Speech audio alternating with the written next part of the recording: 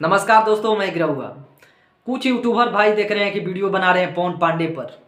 पवन पांडे एक राइटर हैं, अभी सीख रहे हैं क्योंकि इनका गाना भोजपुरी में मात्र 10% गाना चला होगा ना जी, 10% गाना चला होगा। आजकल इंटरव्यू देख रहे हैं कि खूब दे रहे हैं। मैं खेसारी टीम का नहीं था, एनी टाइम मैं बोल रहा हूँ, लेकिन बार बार मैंने वीडियो पुराना देखा, उसमें खेसारी टीम के नाम ले रहे थे।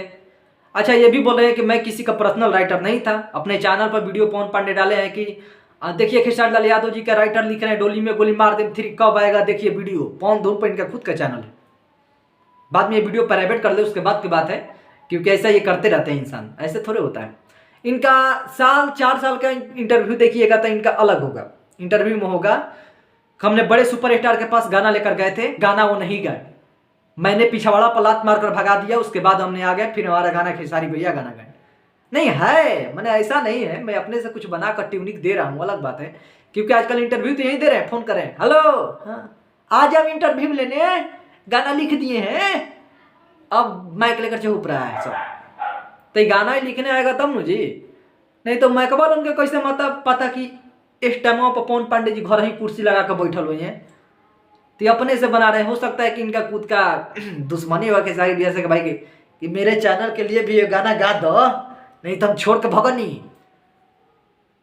तो पवन भैया आप गाना गाएंगे और पवन भैया के लिए गाना लिखे हैं, तो राइटर किसी का है नहीं, सबका गाना देते हैं, तो क्या इंटरव्यू लेने की जरूरत है, क्या वीडियो बनाने की जरूरत है भाई। कितना इनसे बेटर राइटर हैं, इनसे बेटर आशुतोष तिवारी गाना लिख रहे हैं, इनसे बेटर गाना अखिलेश कश्यप जी लिख रहे हैं।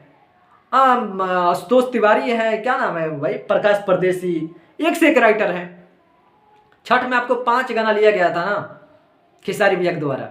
अब कौन सा सुपर हिटार है भैया कि आपका ही एक सीजन का 5 गाना ले ले।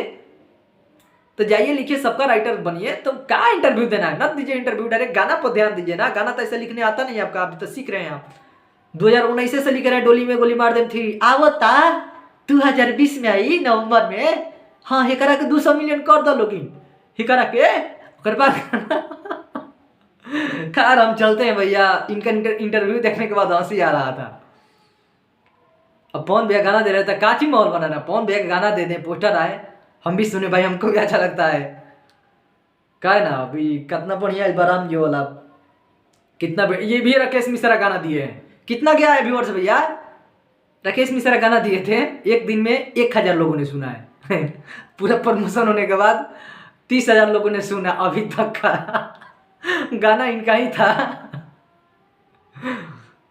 तो ये पवन भैया और खेसारी भैया के नाम से ये है, नहीं तो इनका दम खुद का नहीं है।